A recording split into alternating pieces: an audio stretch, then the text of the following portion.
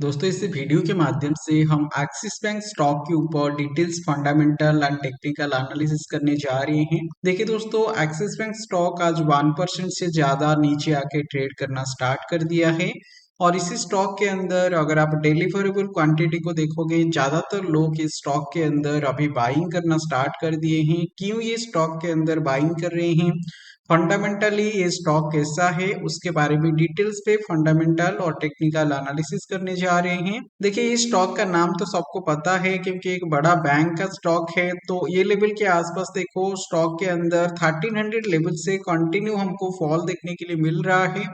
तो ये फॉल के पीछे क्या कॉज है और ये स्टॉक कैसे फंडामेंटली है, उसके बारे में डिटेल्स पे हम बात करेंगे। और ये जो डाउन साइड डायरेक्शन पे मूवमेंट हमको देखने के लिए मिल रहा है, कितना नीचे की तरफ ये मूवमेंट हमको देखने के लिए मिलेगा, उसके बारे में भी डिटेल्स पे बात करने वाले हैं। तो चलिए प्रॉपरली पहले फंडामेंटल एनालिसिस कर लेते हैं, उसके बाद में कैलकुलेट करके किससे मूवमेंट आएगा टेक्निकल के हिसाब से भी आपके साथ शेयर करने वाला हूँ। इसी लेवल के आसपास देखो, उसका मार्केट कैपिटलाइजेशन अगर देखेंगे, ये सब पता है कि एक बहुत बड़ा कंपनी है, तो ये एक लार्ज कैप कंपनी है।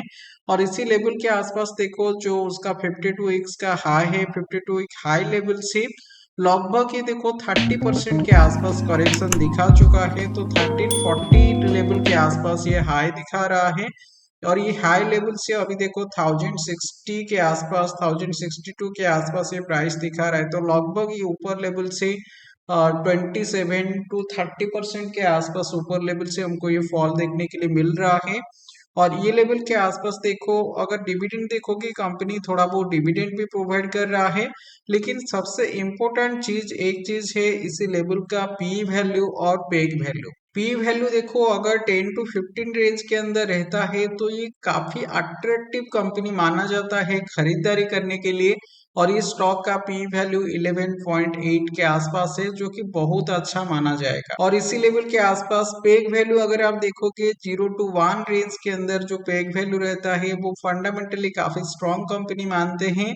और उसका पीक वैल्यू जो पेग वैल्यू है ये 0.30 लेवल के आसपास देखने के लिए मिल रहा है, जो कि काफी अच्छा है। और उसके साथ अगर आप ग्रोथ फैक्टर देखोगे, ग्रोथ फैक्टर भी काफी इंटरेस्टिंग ग्रोथ फैक्टर इसी बैंक का है।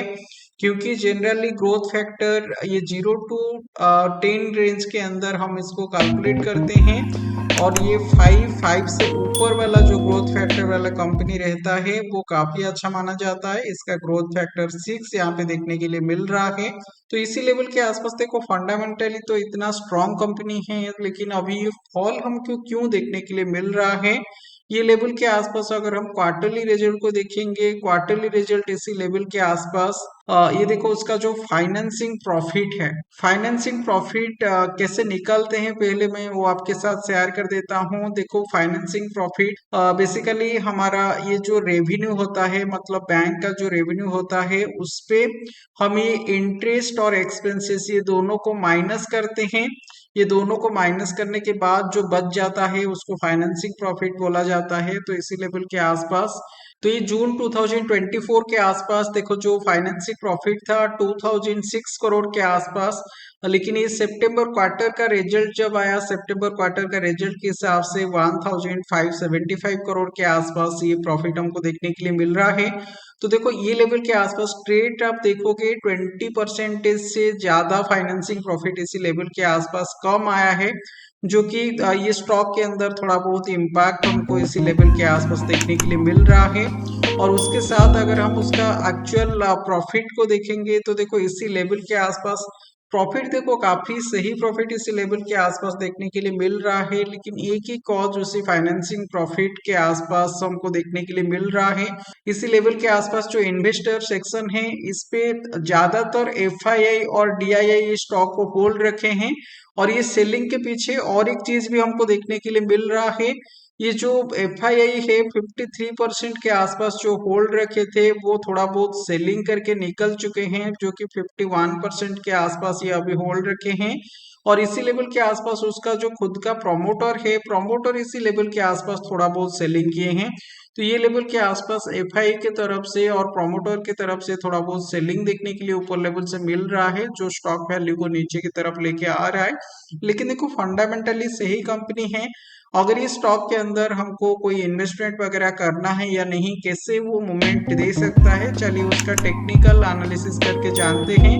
कंटिन्यू ये स्टॉक के अंदर आप देखोगे इस पे लोअर है, लोअर लो बॉटम स्टॉक फॉर्म करके धीरे धीरे नीचे की तरफ मूवमेंट इस पे हमको देखने के लिए मिल रहा है। तो ये लोअर है, लोअर लो पैटर्न हम किसको बोलते हैं? देखो अगर आप कैंडल स्टिक पैटर्न के हिसाब से देखोगे कंटिन्यू, ये देखो ये कैंडल का लो उसका प्रीवियस कैंडल का लो से नीचे है, इसका हाई प्रीवियस कैंडल का हाई से नीचे है, ये कैंडल का लो प्रीवियस कैंडल का लो से नीचे है, इसका हाई आप देखोगे ये हाई थोड़ा ज्यादा है, लेकिन आप ओवरऑली आप देखो ओवरऑली जो हाई है और जो लो है वो नीचे की तरफ ही हमको देखने के लिए मिल रहा है।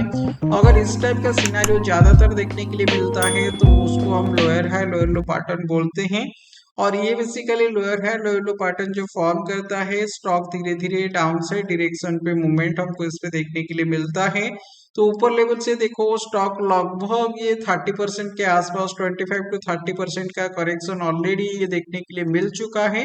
और ये लेवल के आसपास प्रॉपर सपोर्ट हमको किसी लेवल के आसपास देखने के लिए मिलेगा। अभी देखो जो लेवल के आसपास ये काम कर रहा है अराउंड ये 1024 लेवल के आसपास, इसी लेवल के आसपास थोड़ा बहुत सपोर्ट हमको देखने के लिए मिलना चाहिए। क्योंकि पहले देखो इसी लेवल के आसपास सपोर्ट बनाया था, सपोर्ट लेके इसी लेवल से पॉजिटिव डायरेक्शन पे मूवमेंट हमको देखने के लिए मिला था। अभी वापस ये लेवल के आसपास हमको सपोर्ट देखने के लिए मिल रहा है, तो ये एक डबल बॉटम का लेवल है। और इसी लेवल के आसपास आप देखोगे स्टॉक और थोड़ा सा नीचे की तरफ आने के बाद ये मैंने इसी लेवल पे 50 period exponential moving average level भी ड्रॉ करके रखा है। तो 50 period exponential moving average level के आसपास अराउंड ये 930 लेवल के आसपास इस पे प्रॉपर हमको सपोर्ट देखने के लिए मिलने वाला है। क्योंकि देखो मूविंग एवरेज लेवल के आसपास जब भी स्टॉक आता है इसी लेवल पे सपोर्ट लेके फिर ये पॉजिटिव डायरेक्शन पे मूवमेंट हमको देखने के लिए मिलता है। तो ये इसी लेवल के आसपास जनरली सपोर्ट लेना चाहिए। और ये लेवल के आसपास और एक चीज मैं आपके साथ शेयर करना चाहता हूँ, तो ये फिबोनाची रिट्रेसमेंट लेवल को मैंने इसी लेवल के आसपास एक बार ड्रॉ करके आपके साथ शेयर कर रहा हूँ। तो देखो फिबोनाची रिट्रेसमेंट लेवल के हिसाब से ये जो सपोर्ट का लेवल आ रहा है 38.2% लेवल जो है ये 930 लेवल के आसपास आ रहा है। तो जनरली अगर फंडामेंटली कोई स्ट्रॉन्ग कंपनी होता है और ऊपर लेवल से अगर हमको सेलिंग प्रेशर देखने के लिए मिलता है, जनरली स्टॉक 30 to 40% के आसपास नीचे की तरफ आने के बाद उस पर प्रॉपर सपोर्ट हमको देखने के लिए मिल जाता है। तो ज्यादातर सिनेरियो है इसी लेवल से सपोर्ट लेके पॉजिटिव डायरेक्शन पे मूवमेंट हमको देखने के लिए मिलना चाहिए। लेकिन अभी देखो ये लेवल के आसपास जो फॉल आ रहा है इस पे कितना स्ट्रेंथ बिल्डअप हुआ है वो उसके बारे में मैं एक बार यहाँ पे वॉल्यूम को ऐड करके आपके साथ शेयर कर रहा हूँ। तो देखो एक अच्छी चीज इसी लेवल के आसपास हमको देखने के लिए मिल रहा है, ये जो लोअर है लोअर लो पैटर्न हमको देखने के लिए मिल रहा है। और इसी लेवल के आसपास वॉल्यूम को देखो, वॉल्यूम धीरे धीरे नीचे की तरफ जा रहा है, जो कि एक अच्छा साइन है इस स्टॉक के लिए।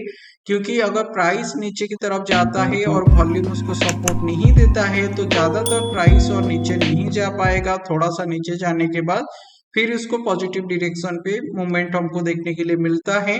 तो इसी लेवल के आसपास स्टॉक के अंदर एक सिनेरियो मिल रहा है, स्टॉक पॉजिटिव डायरेक्शन पे मूवमेंट दे सकता है। तो जो साइकोलॉजिकल लेवल है 1000 लेवल से लेकर 950 930 का लेवल, इसी रेंज के आसपास आने के बाद एक अच्छा अपॉर्चुनिटी बनेगा खरीदारी करने के लिए। लेकिन अगर स्टॉक 930 लेवल से नीचे की तरफ आता है तो एक टाइम के लिए जो अगर आप पोजीशन इसी लेवल के आसपास लिए होंगे पोजीशन को एग्जिट करके फिर ऑफ साइड मूवमेंट के लिए हमको वेट करना पड़ेगा। अगर स्टॉक ये अराउंड 930 या 950 के आसपास आने के बाद अगर पॉजिटिव डायरेक्शन पे मूवमेंट इस पे देखने के लिए मिलता है तो कितना ऊपर की तरफ ये मूवमेंट हमको देखने के लिए मिल सकता है, इसीलिए मैंने इसी लेवल के आसपास ये रिट्रेसमेंट को ड्रॉ कर रहा हूँ।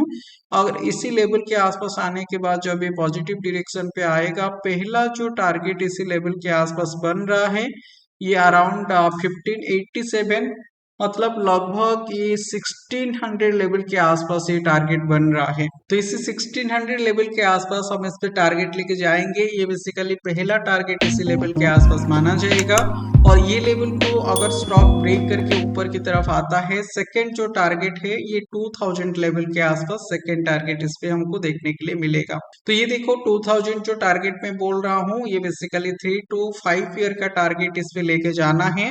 स्टॉक फंडामेंटली काफी अच्छा है, काफी तेजी से पॉजिटिव डायरेक्शन पे मूवमेंट हमको इस पे देखने के लिए मिल रहा है। तो इस स्टॉक के अंदर अगर हमको कोई खरीदारी वगैरह करना है और थोड़ा सा नीचे की तरफ स्टॉक आने तक हमको इसको वेट करना चाहिए। देखो मैंने एक प्रॉपर फंडामेंटल और टेक्निकल एनालिसिस करके आप लोगों के साथ शेयर कर रहा हूँ। इसके अंदर कोई भी पोजीशन वगैरह बनाने से पहले आप आपके फाइनेंशियल एडवाइजर के साथ एक बार सलाह ले लीजिएगा, उसके बाद आप इस पे कोई भी पोजीशन वगैरह बना सकते हो। अगर आपको वीडियो के माध्यम से कुछ सीखने के लिए मिल रहा है दोस्तों, वीडियो को लाइक जरूर करना, वीडियो को शेयर करना। अगर आप पहली बार वीडियो को देख रहे हो चैनल को सब्सक्राइब कर लीजिए हमेशा ऐसे इंफॉर्मेटिव वीडियो पाने के लिए।